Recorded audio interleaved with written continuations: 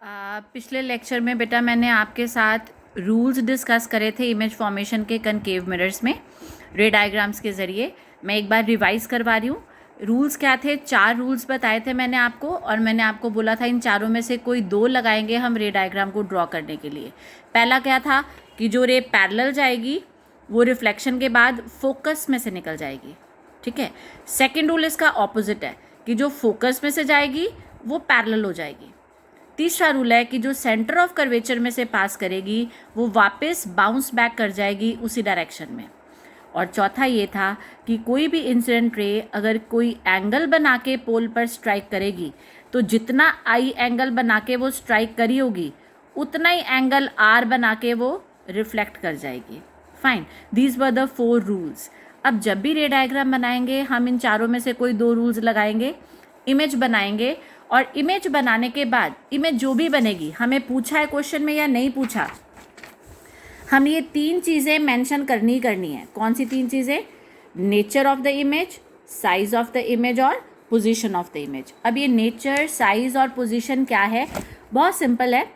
Nature of the image में क्या लिखना है कि जो इमेज बनी है वो नेचर क्या है उसकी, कि whether the image is real और इट इज़ वर्चुअल।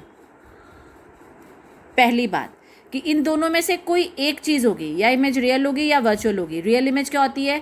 जिसमें एक्चुअली रेज मीट करती हैं पॉइंट पर। ये हम जब डायग्राम्स बनाएंगे हम देखेंगे। वैसे मैंने आपको रियल और वर्चुअल का मतलब समझाया था। रियल इमेज होती है which can be obtained on the screen, virtual image होती है which can not be obtained on the screen, जिसको स्क्रीन पर ऑब्टेन नहीं कर सकते। और रे डायग्राम से कैसे हमें क्लियर होता है कि जब रेज एक्चुअली मीट करती हैं पॉइंट पर वो रियल इमेज होती है। वर्चुअल इमेज में रेज मीट नहीं करती, they just appear to meet. हमें लगता है कि शायद मिल रही हैं लेकिन मिल नहीं रही होती। सेकंड बात हमने लिखनी है कि इमेज जो है वो इरेक्ट बनी है कि इन्वर्टेड बनी है। इन दोनों में से कोई एक चीज़ होगी। ज़्यादातर जो रियल इमेज होती है वो हमेशा इन्वर्टेड होती है और वर्चुअल इमेजेस इरेक्ट होती हैं, ठीक है। फिर साइज़ में लिखना कि इमेज का साइज़ कितना है। वो कैसे पता चलेगा? हम ऑब्जेक्ट के साइज़ से कंपेयर करेंगे कि ऑब्जेक्ट के साइज़ के कंपैरेटिवली इमेज का साइज़ स्मॉल बना है, लार्ज बना है कि सेम साइज़ की बनी है। इन तीनों में से भी कोई एक चीज़ होगी। और बहुत छोटी इमेजेस बनती हैं तो उसको हम डिमिनिश्ड इमेजेस भी कहते हैं। बहुत बड़ी इमेजेस बनती हैं, लार्ज इमेज, तो उसको हम मैग्नीफाइड इमेजेस कहते हैं, ठीक है। पोजीशन में तो सिंपली लिखना है कि इमेज बनी कहाँ है।